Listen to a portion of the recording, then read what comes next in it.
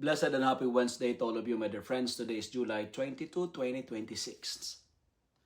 Mary Magdalene stood outside the tomb weeping, very sad, so overwhelmed by grief that she could not recognize the very one she was searching for was already standing before her. Her tears, her sorrow were real. Her sorrow was deep, and her love for Jesus was sincere.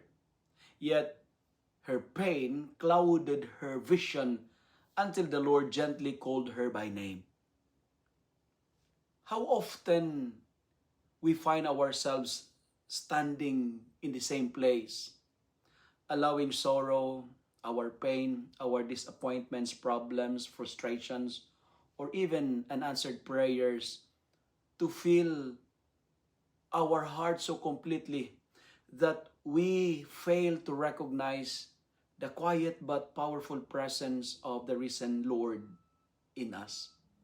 The gospel for today reminds us that suffering is never the final chapter, for the empty tomb proclaims that God can bring life out of death. The empty tomb can bring hope out of despair, joy out of experience of mourning and suffering. Jesus does not condemn Mary for her tears. Instead, he meets her in them. Speaks her name and call her name with love and transform her grief into a mission. Go and tell my brothers. But friends, this is the journey of every disciple. We are invited to weep honestly, but never lose hope. We are never asked not to carry our crosses without forgetting the resurrection, and we are asked to trust that Christ often comes to us in ways we do not immediately recognize.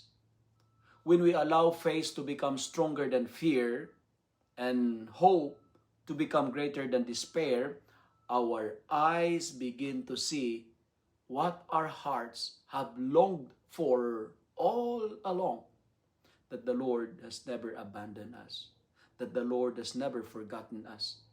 He walks beside us in every trials, calls us by name with unfailing love, and sends us forth as joyful witnesses of His victory over sin and death.